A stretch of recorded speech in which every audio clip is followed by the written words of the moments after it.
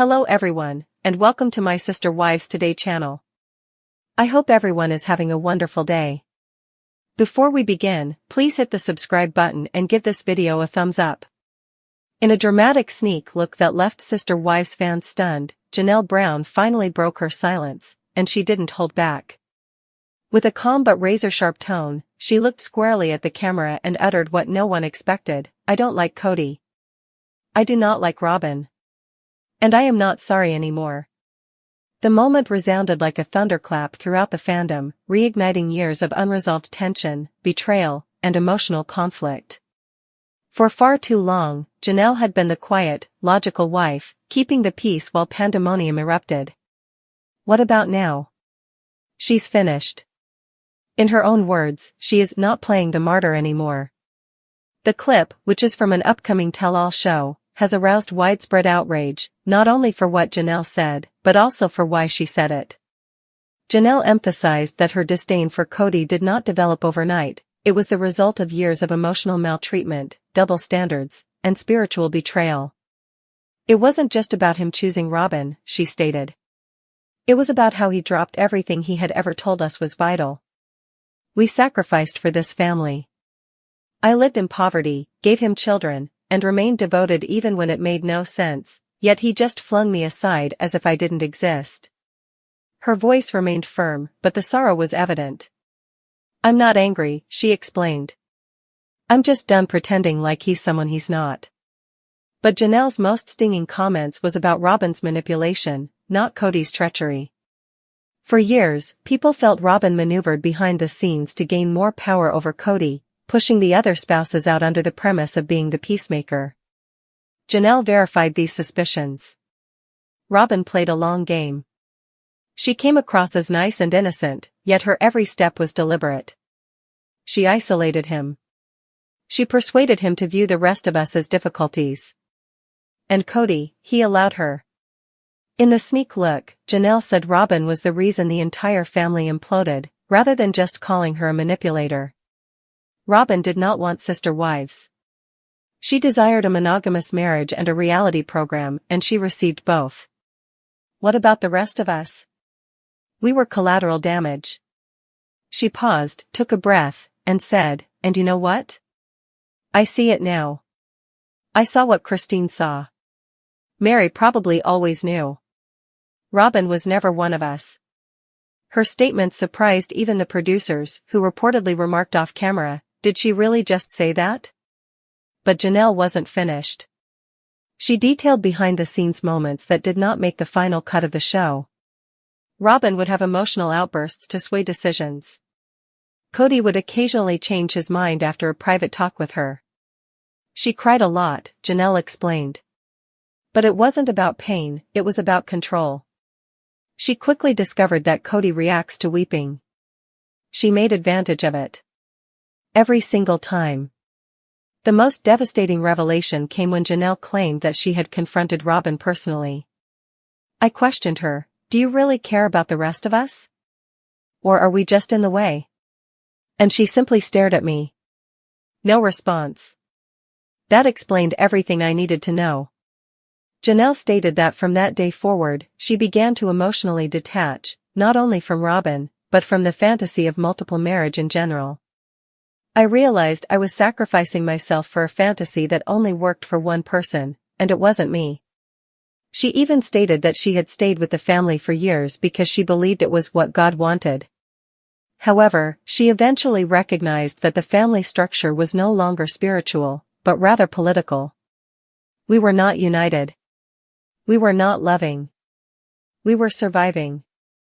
And Robyn made certain she was the only one thriving. However, the most sad portion of the sneak look was when Janelle mentioned her children. She claimed they noticed the bias. They felt the imbalance. They were severely impacted by it. "Gabe, Garrison, and all of my children witnessed Kody change. They observed how he stopped phoning and showing up. They understood Robyn's children were the top concern. And you know what? It broke them. It pained my heart to watch them hurt like way." At one point in the video, Janelle becomes obviously tearful.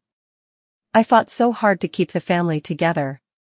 I defended Kody when I should not have.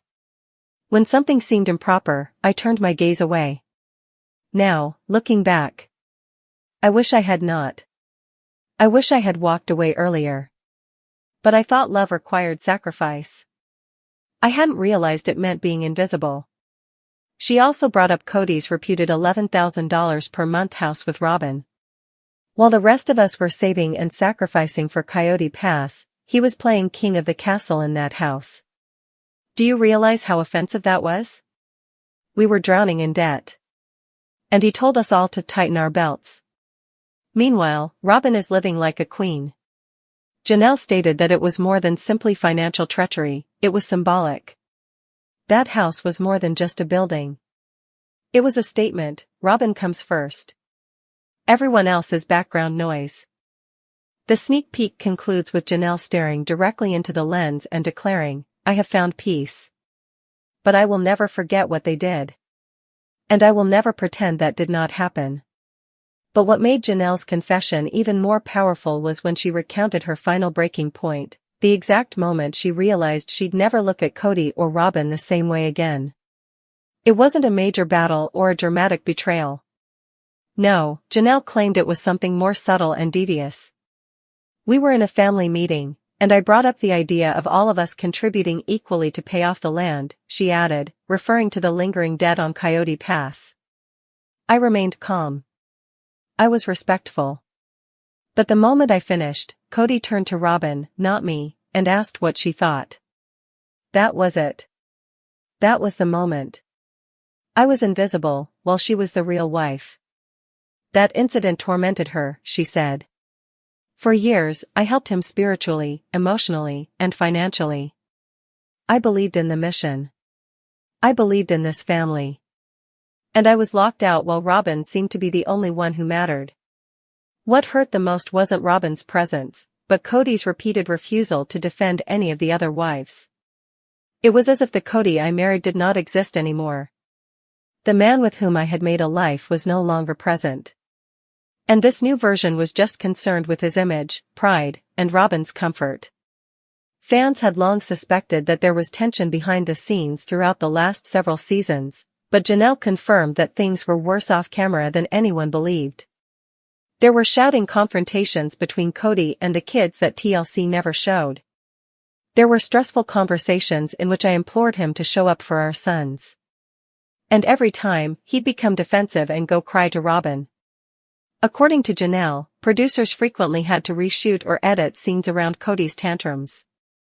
They attempted to protect him. But at some time, even the cameras couldn't conceal the truth. Janelle recounted storming out during a group scenario intended to portray the family planning their future on Coyote Pass. Kody was talking about creating homes for everyone, but it was all talk. There is no action. When I inquired where the money came from, he snapped at me, as if I was being difficult. I stood up and announced, "I'm not doing this anymore. I am not sitting here pretending that this is genuine." And I left. That film never broadcast, but insiders say it marked the beginning of the demise of the family facade. Janelle's distrust of Robyn got stronger over time. In the sneak peek, she said Robyn had been manipulating Kody for years, even pushing him to prefer her children over his other children. She'd tell him how hurt her kids were, and then he'd forget about mine. I do not blame her children, I blame her. She made him feel as if becoming a father to her children compensated for forsaking the rest of his family. And he believed her. Janelle hesitated and said, "That's the part I'll never forgive."